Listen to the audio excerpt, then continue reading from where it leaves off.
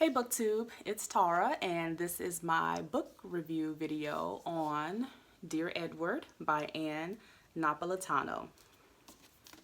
This story follows 12-year-old Edward as he and his family are relocating from New Jersey to Los Angeles due to his mom procuring a position as a writer. The plane crashes. There are 191 casualties.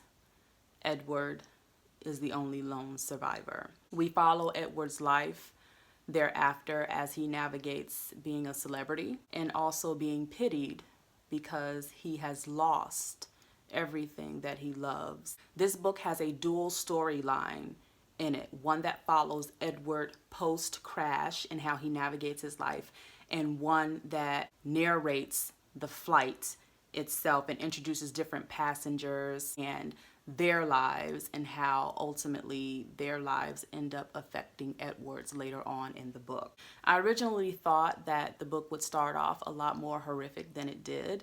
I was waiting for the horror and the feelings of what it was to be on a plane that is crashing. I wanted the gore and I wanted the crunching metal, and I wanted to, in essence, feel what this was and how horrific it must have been.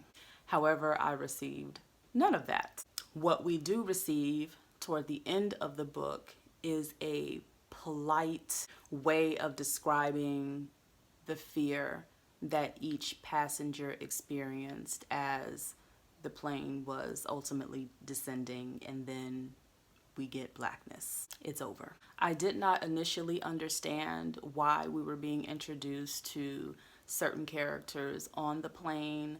There was an asshole on the plane named Mark. There was the stewardess Veronica. There was a young black man in the military. There was an old rich honorary man, and I can't think of his name right now.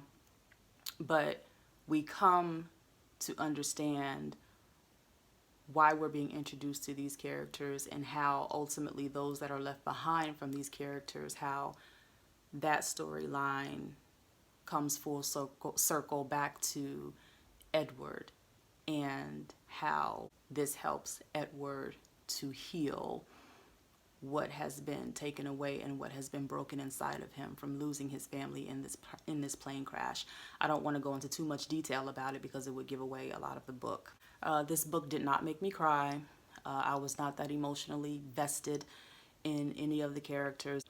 However, I did appreciate the relationships that developed throughout this book and how those that were left behind supported Edward and how they were in turn supported through Edward. I gave this book 4 out of 5 stars on Goodreads. It is a good read.